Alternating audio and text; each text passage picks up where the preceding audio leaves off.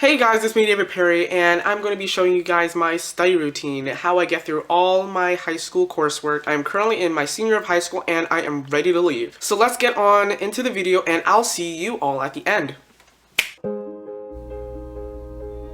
So the first thing I'll do is I'll pour myself a nice cold glass of water, go into my room, open up all the blinds to let that beautiful sunshine in because it's supposedly healthy, and I'll continue over to my desk, which has nothing on it, and you're probably like, why?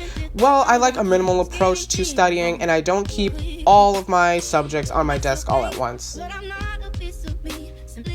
My first period, what can I say about my first period? AP Calculus BC. Oh my gosh.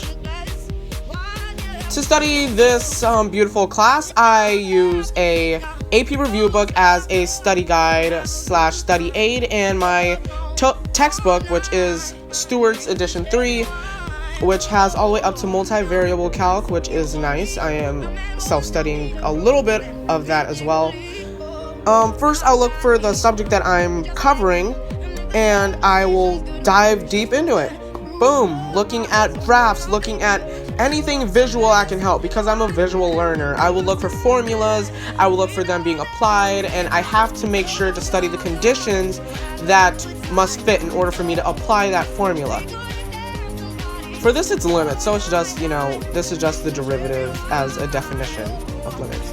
And I will look for the practice problems, but I hate the practice problems in that book, which is when I will go over to my AP Calculus review book from Barron's, which has AB and BC material. So I'll look at the examples that they have, and then I will go over to the practice section and do some math exercises. To take notes and everything, I use a Stellar Graph notebook, which is beautiful, even though I still prefer Mead. In the front, I have all the topics that I need to cover from both AB and BC. And as you can see, my note-taking system incorporates sticky notes along with pen, which you're probably like, taking notes with pen? Well, guys, the way I take notes is I do it on a scratch sheet of paper, and then I refine it as I plug it into my notebook so that everything is methodical and beautiful. As you can see here in my derivative note section, I have the notation for each. I have the derivatives for the trigonometric functions on the right, and I have examples of taking the derivative. Second period, AP Physics, which I love. AP Psychology, I apologize, which I love so much. Oh my gosh, AP Psychology, the poetry of human interaction, behavior, and whatever. I'm sounding like the dude from Crash Course, kill me.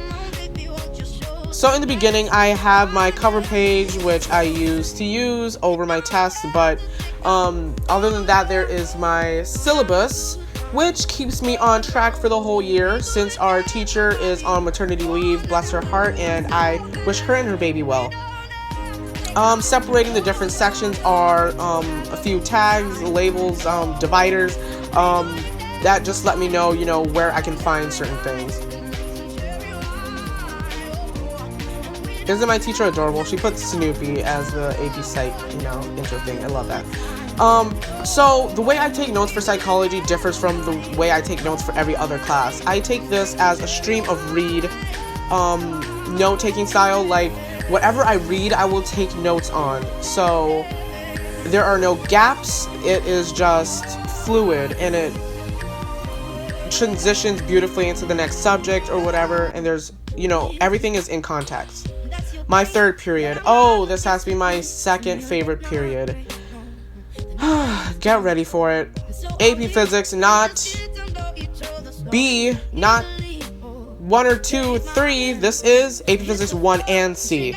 Not just 1, it's 1 and C. Well, I'm self-studying AP Physics C, and you're probably like, why? Why would you do this to yourself? Well, I don't know. So I will get my book for AP Physics, which is College Physics by Sergen. I can't pronounce his name, and I no longer care. Then I'll get my packet that my physics teacher gave us for studying, just for some practice problems. I'll get my physics folder and my physics notebook. That is my physics that's my other physics notebook that I used to take my personal notes rather than the teacher's notes. So I'll get everything set up, and I will look for a practice problem that I hate so much, which is probably a shock to some of you beautiful physics-minded children in high school. Good for you guys. You guys are doing like freshmen doing physics with calculus on College Confidential. I hate that. I hate that website so much. It makes me feel so stupid. But I'll look for a practice problem to do, which will take hours because I want to find one that I can do, and that's not too hard. So I'll begin by drawing a free body diagram. I hope I said that right, or else, like, sue me. Somebody in the comment section is gonna, like, blast, like, ugh. But I'll read what, needs to be done, and I will attack that problem. Apparently, I don't need a calculator for this problem, so it shouldn't be too hard. So I draw the free body diagram. I like using a square. Some people use the point in space method, which is perfectly fine, but I like the box because I can draw out all my forces, and I like to see, what's happening, just giving a visual representation. I'll write down my givens. I'll write down the formula that I need. I will separate the X and Y, and I'm just gonna play music here because I got bored. I got so bored, and I needed something to, like, boost me up. So I will just continue on with my equation. I will separate the X and the Y axes, and I will just go to town, man. Go to town. I do 1 to 10 practice problems a day, at least to keep up with physics, and that's the bare minimum, honestly, guys. And that is my final result. 4th period. Oh my gosh. Slay my existence for 4th period. I hate 4th period. It is AP Government / AP Macro, but this semester's AP Government. Kill me. For this, I go crazy. Since Government is not my strong suit, I take notes on every single page, and I use my notes as a guide for studying. So we are doing chapter 11, which has to deal with a bill being passed or whatever, the House of Representatives, Senate, the Vice President, and their roles in all of this foolishness that we call American government. I hate this class so much. My folder, actually this is the part that I love that helps me with government so much. My folder has a whole bunch of practice tests and guides for writing free response and for tackling multiple choice sections, and my teacher gave us a whole bunch of practice tests, and yeah, that says A, that says C, but that's just a label, guys. That's not my grade. And for 5th period, I have AP Literature and Composition. This class is honestly one of the easiest classes I've ever had to take. I thought it would be extremely hard, but analyzing English is not that hard at all.